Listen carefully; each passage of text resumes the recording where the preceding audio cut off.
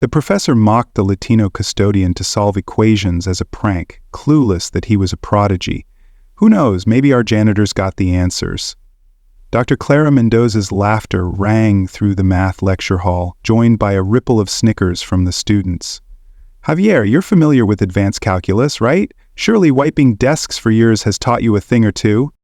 In the quiet room of Crestwood Academy, Marcus Tate gripped the broom handle until his weathered fingers turned white. At 52, with graying hair and a faded janitor's uniform, he had become invisible to everyone, except when he was the target of cruel jokes. What no one suspected was that those calloused hands which scrubbed toilets and polished hallways had once manipulated some of the world's most complex equations. Dr. Stone, in her impeccable blazer and rigid posture, pointed to the blackboard filled with mathematical symbols that had stumped the entire class. "Come on, Marcus, show us your wisdom." Her tone was sharp as a blade, each word dripping with the venom of superiority. The 17 and 18-year-old students, children of the elite in expensive Crestwood Academy uniforms, laughed openly. "He probably thinks derivatives are some kind of cleaning product," whispered Ethan Brooks, sparking more laughter. Marcus stared at the complex quantum physics problem on the board. He instantly recognized the modified Schrödinger equation, a problem few professionals could solve without reference, one he had helped develop decades ago in a distant lab. "No need to be shy," Dr. Stone continued, savoring every moment of humiliation. "We're all waiting for your genius." The black janitor, whose shoulders already bore the weight of countless daily humiliations, took a deep breath. His eyes, once filled with passion for science, had learned to hide their pain behind a veil of indifference. But today, something inside him rebelled against the self-imposed silence of over 20 years. In a corner of the room, Lila Nguyen, one of the few scholarship students at the school, watched the scene with growing unease. Unlike the others, she had noticed something in Marcus's eyes when he looked at equations or experiments, a spark no ordinary janitor should have. Slowly, Marcus leaned his broom against the wall. The entire room froze as he took deliberate steps toward the blackboard. Dr. Stone's eyes widened, her mockery momentarily replaced by confusion. She hadn't expected him to take up the challenge. The chalk trembled slightly in his fingers as he touched it for the first time. How long had it been? 22 years? 22 long years since prejudice and life circumstances forced him to trade formulas for cleaning supplies, theorems for brooms. If you've enjoyed this story of overcoming adversity and turning the tables, don't forget to subscribe to the channel for more captivating stories like this one. The silence in the classroom was absolute as Marcus began to write. At first, his movements were hesitant, like a pianist returning to the instrument after decades. But soon, to everyone's astonishment, his hand moved with terrifying precision, tracing symbols, numbers, and complex equations with the ease of a conductor leading an orchestra. Dr. Stone's expression slowly changed. The sarcastic smile faded, giving way to growing disbelief that soon turned to pure astonishment. The students, who had been laughing moments before, now stared in stunned silence at the incomprehensible display of knowledge before them. What no one knew about Marcus Tate, the simple janitor everyone treated as invisible, was that his past held secrets that could forever change the future of Crestwood Academy. But how had such knowledge ended up wielding a broom instead of a pen, and what would happen when the truth about his past finally came to light? The silence reigned in the room as if time had frozen. The chalk stopped moving when Marcus completed the final equation with a precise, deliberate motion. Where there had once been an unsolvable problem, there was now an elegant, flawless, and indisputably correct solution. Marcus stepped back and looked at his work. That's not possible," Dr. Stone murmured, approaching the board as if she didn't trust her own eyes. Her fingers trembled as she checked each line of the solution. "How did you—" The words died in her throat. The first to break the silence was Samuel Ortiz, a chemistry teacher passing by in the hallway who had stopped at the door, drawn by the unusual scene. "My God, that's the solution to the Coslan problem. No one can solve it without computational aid." Marcus didn't respond. With the same quiet dignity he had always shown, he simply picked up his broom and began to walk away. The students, still dazed, parted as if standing before a strange and powerful force of nature. "Wait!" Lila Nguyen stood abruptly. "Mr. Tate, you can't just leave like that." "I have work to do," Marcus replied softly, his deep, controlled voice revealing a faint accent that hinted at years of formal education. "The bathrooms on the second floor still need cleaning." The normalcy of his response, contrasted with the extraordinary display of genius, only heightened the absurdity of the situation. Lila exchanged glances with her friend Noah Carter, another scholarship student who seemed equally fascinated. Dr. Stone regained her composure, her face hardening. "That was some kind of trick," she declared, though her voice betrayed uncertainty. "Maybe he saw the solution somewhere." Marcus paused at the door, his silhouette framed against the hallway light. For a moment, something like a smile crossed his face. "It's an original solution, Dr. Stone. If I find this approach published anywhere, I'd be surprised."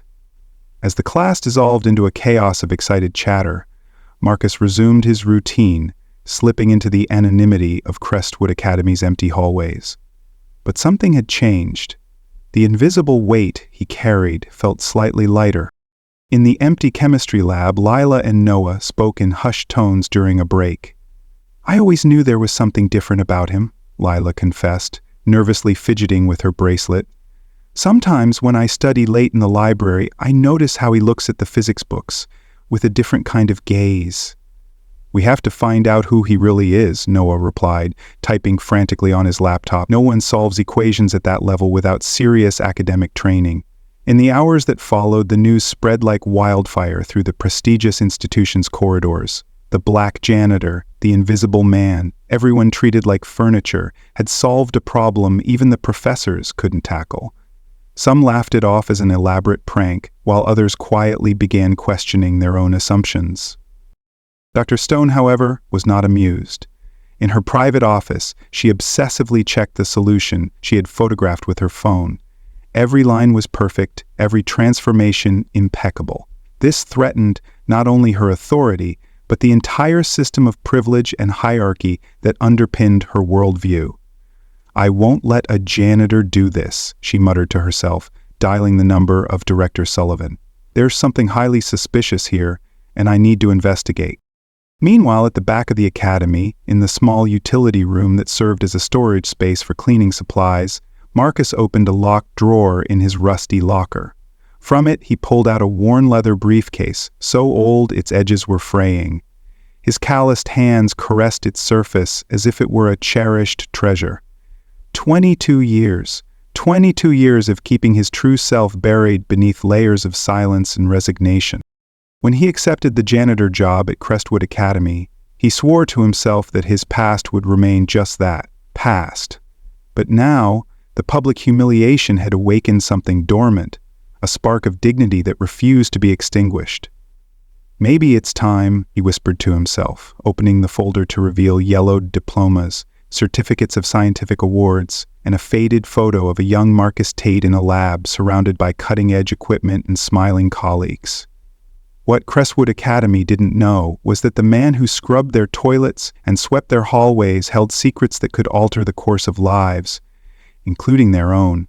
And now that he had taken the first step, Marcus knew there was no turning back. The truth was like light. Once released, it could never again be trapped in darkness.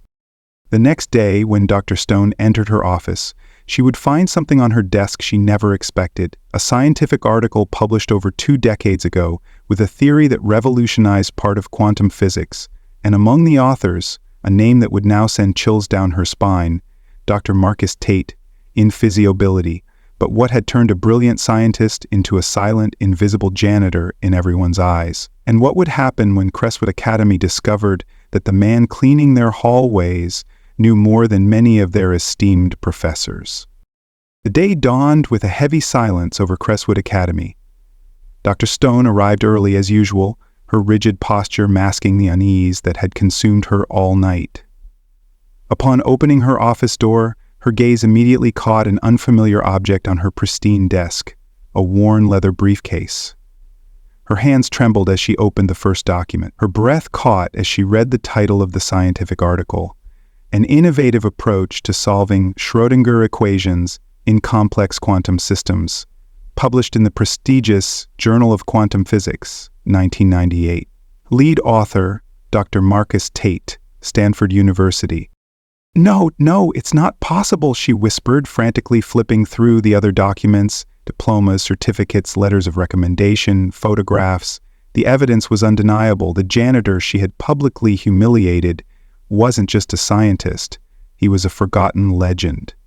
The door opened softly. Marcus Tate entered, not in his janitor's uniform, but in a simple dress shirt and dark trousers. For the first time, Dr. Stone noticed his posture, upright, dignified, like someone accustomed to leading labs, not cleaning hallways. "I believe we have a conversation pending, Dr. Stone," he said calmly. Across campus, Director Sullivan was convening an emergency meeting with the Board of Trustees. Lila and Noah had spent the entire night researching and cross-referencing information, which they now presented nervously. Dr. Marcus Tate was one of the most brilliant theoretical physicists of his generation, Lila explained, projecting old articles and photos. His theories on quantum behavior revolutionized the field. He was about to receive the Wolf Prize in Physics when he vanished completely from academia in 2001. "What happened?" the director asked, his brow furrowed with concern. "A scandal," Noah replied. According to records, he was accused of plagiarizing his most important work. His awards were stripped, his career destroyed overnight. "And that's what turned him into a janitor?" a board member asked incredulously. "No," Lila said firmly. "The accusation came from Dr. Edward Stone, the late husband of our physics professor." The silence that fell over the room was suffocating. Meanwhile, in Dr. Stone's office, 2 decades of secrets and injustices erupted in an inevitable confrontation. "You and your husband stole my work," Marcus said, his voice controlled but carrying the weight of years of suppressed pain. "You used your privilege and connections to destroy me. I was young, black, from a poor family. Who would believe me over the great Dr. Stone and his wife, heirs to an academic dynasty?" Dr. Stone paled but held her defiant gaze. "You can't prove anything, and even if you could, it's been too long." "It was never about proving," Marcus interrupted. "It was about surviving. When I lost everything, my career, my reputation, my dignity, I had to take the first job I could find. And you know what I discovered? Even while scrubbing floors, I was still the same man. My mind was still mine." A soft knock at the door interrupted the conversation. Director Sullivan entered, followed by the entire Board of Trustees and, to everyone's surprise, Ethan Brooks and other students who had witnessed Marcus's humiliation the previous day. "Dr. Tate," the director addressed Marcus respectfully, "or should I call you Mr. Tate? Forgive me, I'm a bit unclear on protocol in this extraordinary situation." Marcus smiled faintly. "Marcus is fine, Director." "Very well, Marcus," Sullivan continued. "We just received a fascinating email. It seems that 20 years ago, a young lab assistant where you and Dr. Stone worked kept copies of your original research drafts. They never had the courage to make them public until today." Dr. Stone sank into her chair, all color draining from her face.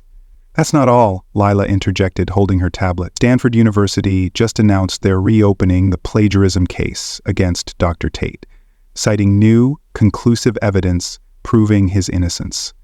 Ethan Brooks, the student who had mocked Marcus, stepped forward, visibly ashamed. "Mr. Tate, Doctor, I want to apologize for what I said yesterday, and for everything." Marcus looked at the young man with kind eyes. "Thank you, Ethan, but you should know I hold no grudges. Prejudice is taught, we're not born with it. The important thing is to recognize it and choose to be better." "Dr. Tate," the director said, "on behalf of Crestwood Academy, I'd like to formally offer you a position on our faculty. We desperately need someone with your expertise and integrity." All eyes turned to Marcus, awaiting his response. 22 years of injustice were being acknowledged. A lifetime of silence was finally finding a voice. But Marcus didn't answer immediately. His gaze was fixed on Dr. Stone, who now trembled visibly. Before responding, Marcus said, "I have something to show you all." He turned to the blackboard and began writing a series of equations that no one in the room except perhaps Dr. Stone fully understood. "This," he explained, "is the evolution of the theory that was stolen from me. What no one knew was that the work was incomplete. For the past 20 years, while cleaning empty rooms at night, I kept researching." As the equations filled the board, Dr. Stone's eyes widened in awe and recognition. What she was seeing wasn't just the continuation of her research, it was its triumphant conclusion. "My God," she murmured, "you've solved it, You've solved the paradox, Marcus set the chalk down and turned to the silent room. So, Director Sullivan, about your offer. I have a counter-proposal. What no one expected was that Marcus Tate, after 2 decades of forced silence, wasn't just seeking justice for himself, but a complete transformation of the system that had nearly destroyed him, and Crestwood Academy was about to become the epicenter of an academic revolution no one could have predicted. My counter-proposal is this, Marcus announced, his voice filling the expectant silence. I don't just want a teaching position. I want to create something new at Crestwood Academy, a special scholarship program for marginalized students with talent in science. And I want half the funding to come from the Stone family's personal funds. The shock on Dr. Stone's face turned to indignation. That's extortion! No, Margaret, Marcus replied calmly. This is restitution, not just for what you and your husband stole from me, but for what you stole from countless young people who could have benefited from the innovations my work would have brought over the past 2 decades. A month passed. Crestwood Academy, which had always exuded elitism through its marble corridors, now buzzed with a different energy. In the former storage room, now transformed into an advanced physics lab, Marcus mentored a diverse group of students. Lila Nguyen and Noah Carter worked side by side with Ethan Brooks, forming an unlikely alliance. Professor Tate, Lila called out, looking up from her experiment. We've stabilized the equation, but we're still having issues with the quantum vector. Marcus smiled. It was strange to hear that title after so long responding only to Janitor or, on the worst days, not being addressed at all. Remember, Lila, quantum behavior doesn't follow conventional rules. Sometimes we have to let go of what we think we see to see the truth. Meanwhile, in Director Sullivan's office, a tense meeting was underway. Dr. Stone, no longer with her usual air of superiority, signed documents with her lips pressed into a thin line of displeasure. I believe this is the last one, the director announced, sliding another form toward her. With this, the Tate Scientific Diversity Program is officially endorsed and funded for the next 10 years. You've ruined my career, she whispered bitterly. No, Dr. Stone, Sullivan replied firmly. You did that yourself when you chose to build your success on lies and prejudice. You should be grateful you're not facing criminal charges. Dr. Tate was extraordinarily merciful. Beyond the walls of Crestwood Academy, Marcus Tate's story had become a national sensation. Newspapers, scientific journals, and TV shows competed to interview the man who went from janitor to director of the country's most innovative scientific program. How did you keep researching all these years? A journalist asked during an interview in the newly opened Tate Lab. Marcus looked at his hands, now free of the cleaning chemicals that had accompanied him for so long. My mind was always free, even when my body was tied to a mop. While cleaning empty rooms at night, I solved equations in my head. While waxing floors, I visualized quantum models. Dignity doesn't lie in the title we hold, but in the integrity with which we live. In the Academy's cafeteria, Ethan Brooks sat with Lila and Noah, his face marked by an unusual seriousness. You know, I never apologized to you either, Lila raised an eyebrow. For what? For all the times I made jokes about scholarship kids about how you didn't belong here? Ethan swallowed hard. I was like Dr. Stone. I thought a person's worth came from their last name or the color of their skin. Noah grinned and extended his hand. The important thing is, you've changed. That's what Dr. Tate taught us. It's never too late to recognize your mistakes and grow. In the lab, Marcus gazed at his final equation on the blackboard, a theory that could revolutionize not just quantum physics, but potentially open the door to new clean energy technologies. Something that could have emerged 2 decades earlier, had it not been for prejudice and greed. A soft knock at the door interrupted his thoughts. It was Dr. Stone. She looked smaller, more fragile, without her usual haughty posture. May I come in, Dr. Tate? She asked, her voice almost unrecognizable in its humility. Marcus nodded, observing her calmly. There was no triumph in his gaze, only a peace she would never fully understand.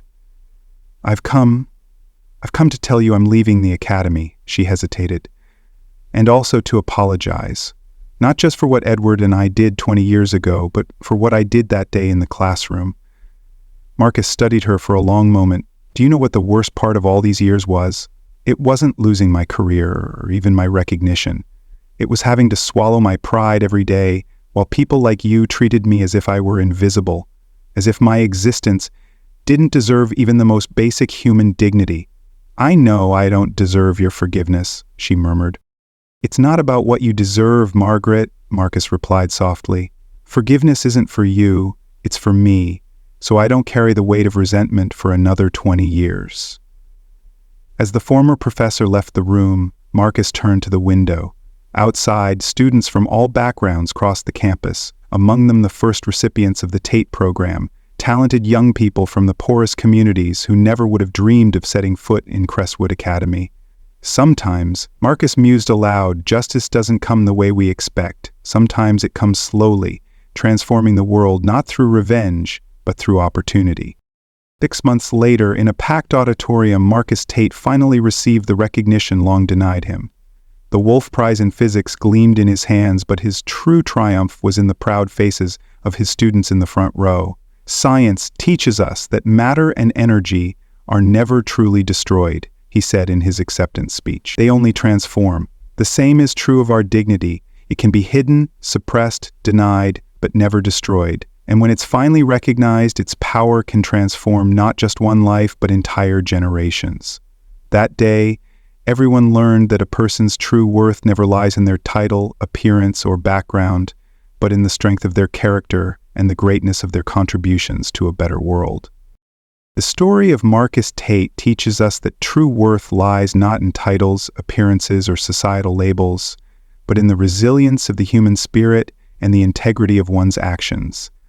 Despite years of being rendered invisible, Marcus's brilliance and dignity shone through, reminding us that everyone harbors untapped potential, often overlooked by prejudice. In life, this urges us to challenge snap judgments, value others' hidden strengths, and create opportunities for those silenced by circumstance.